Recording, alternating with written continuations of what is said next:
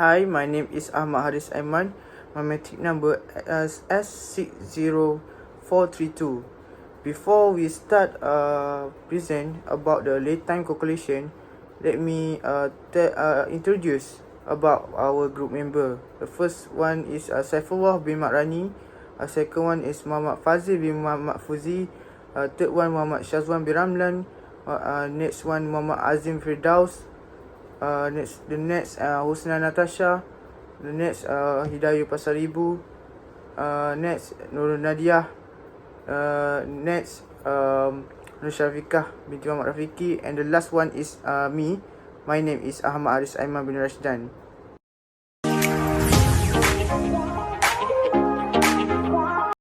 First of all, my name is Muhammad Azim Firdaus bin Zakaria, matrix number S58207.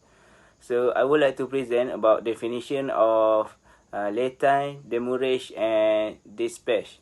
For laytime is the time allowed by the ship owner to charterer of shipper in which to load or discharge the cargo. The laytime may be expressed in days or hours or turns per day. Laytime also may be set in rainy day, working day or weather working day. If the loading and unloading time is excessive, the charterer or shipper may have to pay a penalty as known as demurrage.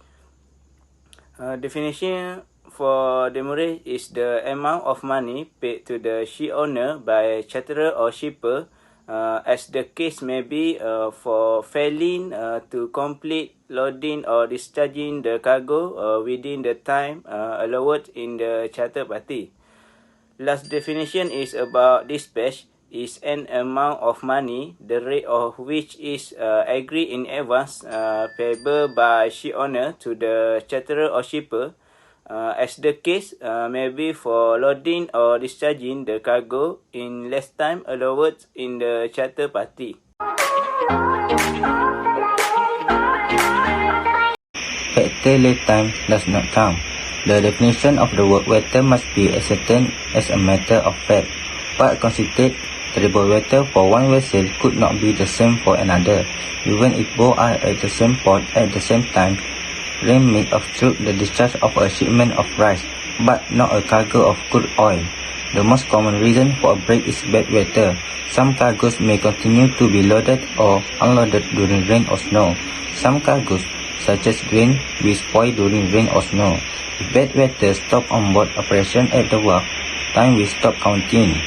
If bad weather stops operation on board the ship at the wharf and therefore suspend the vessel waiting for that wharf, time ceases to count also for the vessel waiting for that wharf.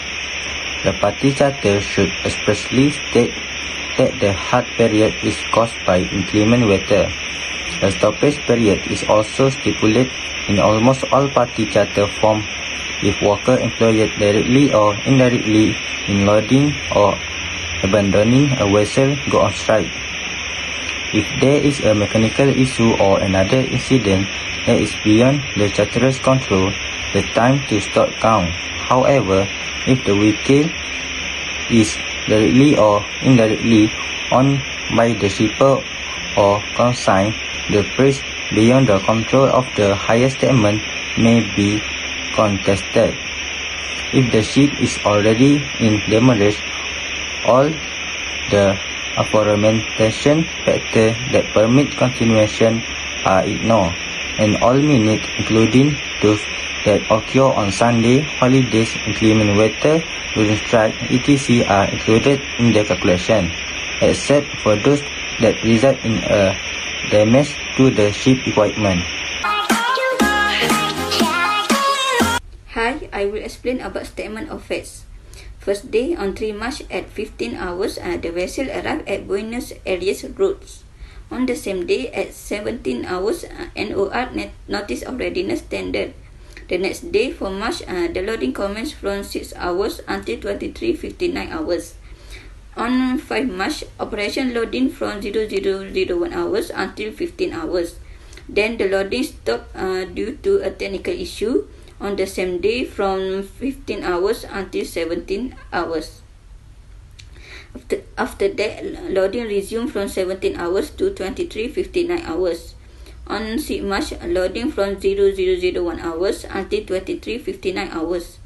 On 7 March, loading operation from 0001 hours to 12 hours but stopped due to rain from 12 hours to 14 hours. The same day, loading continues from 14 hours to 70 hours and from 70 hours to 23:59 hours. Next day, 8 March, loading from 0001 hours to 23:59 hours. On 9 March, loading from 0001 hours until 10 hours. The loading was stopped because of the rain from 10 hours to 12 hours. Then the loading of the cargo resumed from 12 hours until 14 hours, but stopped due to rain from 14 hours to 16 hours. At same day, loading continued from 16 hours until 23:59 hours. Next, on 10 March, loading from 0001 hours until 8 hours, then continue from 8 hours until 23:59 hours. The second last day is 11 March at 0001 hours until 23:59 hours. Loading continues. The last day is 12 March at 0001 hours is the loading continues, and at 19 hours is the loading complete. Lastly, the same day, vessel was set to sail at 22 hours. Hai, Assalamualaikum. My name is Muhammad Syazwan bin Ramlan, S58252. Alright, I want explain about the test of the laytime. The test as whether a ship has arrived or not. Laytime is the time allowed by the ship owner to the charter or bill of a landing holder to loading a goods or release a cargo for the voyage. It is expresses as a number of a day, hours, or tons per day. A simple part. In a commercial shipping, lead time is the amount of a time allowed in the voyage charter to load and unloading the cargo. Hi everyone, my name is Nadia binti Musafa. I will explain about the charter party. What is the charter party? First of all, the origin of the term charter party is an anglicized version of the Latin word carta partita, meaning a document carta which has been divided or split partita. One of the half was placed on board the ship and the other half was kept by the trader. When the ship arrived at her destination, the receiver of the cargo produced half a document thus proving that he was the legitimate owner of the goods. Another meaning of the charter party is document containing all the terms and conditions of the contract between a ship owner and a charter, and signed by both parties or their agents for the hire of a ship or the space of the ship. Generally, a charter party is a written document based upon one of the various standard form device for specific traders. Following the charter party clause, first, expected period means express provision in a charter party providing for specific periods where time use does not count toward demurrage or dispatch calculation. For example, weekends and public holidays. Once lead time expired, time will count during the expected period for purpose of demurrage. Second clause, notice of readiness or NOR. The document used by the shipmaster to notify the ship readiness in every aspect to load or unload the goods during the period of his charter. The NOR should be tendered to all parties as per voyage orders, stating the vessel is in all respect ready to load or discharge the cargo. If the vessel become not ready, then NOR will be tendered when the vessel has corrected whatever was the cause of not being ready to present NOR. Next, bunker clause. This clause stipulates that charters shall accept and pay all coal or fuel oil in the vessel bunkers at port of delivery, and conversely, owners should take over and pay for alcohol or fuel oil in the vessel bunker at the port of redelivery at the current price at the respective ports. Another charter party clause is safebird. The safebird clause required the charterer to design a safe place for the vessel to traverse, so long as it could continue to the selected port or was safely afloat. The use of the word safe must have indicated the designation of a safebird free from harm or risk, according to Webster Dictionary. Next is calm, or as laytime, means to be included in the calculation of laytime in a voyage charter, whether a period such as during a weekend or a strike. Calm as laytime is subject to the agreement of ship owner and the charter says that once all the time allowed has been used, the remaining period until completion of loading or discharging, as the case may be counted without exception. Lastly, weather working day. These expressions mean a working day during which it is possible if the vessel is loading or discharging, or would be possible to load or discharge the cargo without interference due to the weather. If such interference occurs, or would have occurred if cargo operation have been in progress, they should be excluded from the laytime, a period calculated by reference to the ratio between the duration of the interference and the time. This is a question statement. Complete a detailed timesheet and calculate the demurrage or dispatch due from the information within the statement of fate. The statement of fate was given is arrived Buenos Aires in 1500 hours Monday 3rd March, and the same day notice of readiness standard in 1700 hours, and the next day 4th March loading commenced in 0600 hours, and 12th March loading completed in 1900 hours, and vessel sailed Buenos Aires 2200 hours, and cargo loaded is 20,000 metric tons. And other statement it was given in this question, we will discuss and determine whether demurrage or dispatch. Calculate the time allowed. The time allowed equal amount of cargo to be loaded or discharged divided by loading or discharge rate equal 20,000 divided by 5,000 equal 4 days. 4 days multiplied by 24 hours equal 96 hours. Now, we move to the timesheet part. The timesheet shows the process of loading of MV Cempaka. On Monday, 3 March, MV Cempaka arrived at the port at 1500 hours and NOR tendered at 1700 hours. In order for the vessel to be an arrived ship, the NOR must be tendered when the ship has arrived at the contractual place of delivery, loading, or discharging. The charter party will usually state where the vessel must be before a valid notice of readiness can be tendered. On Tuesday 4 March, the loading commenced at 0700 hours until 2359 hours. It is because, referring to the grain charter party, it is stated that to commence at 0700 hours next working day is given by afternoon. The loading took 17 hours. On Wednesday 5 March, the loading process commenced at 0001 hours until 1500 hours. At 1500 hours, the loading process faced technical issues. It took 2 hours, and after that, the loading process was continued at 1700 hours until 2359 hours. It took 7 hours to load. On Thursday 6 March, the loading commenced at 0001 hours until 2359 hours, and it took 24 hours of loading. On the Friday 7 March, the loading commenced at 001 hours until 1200 hours.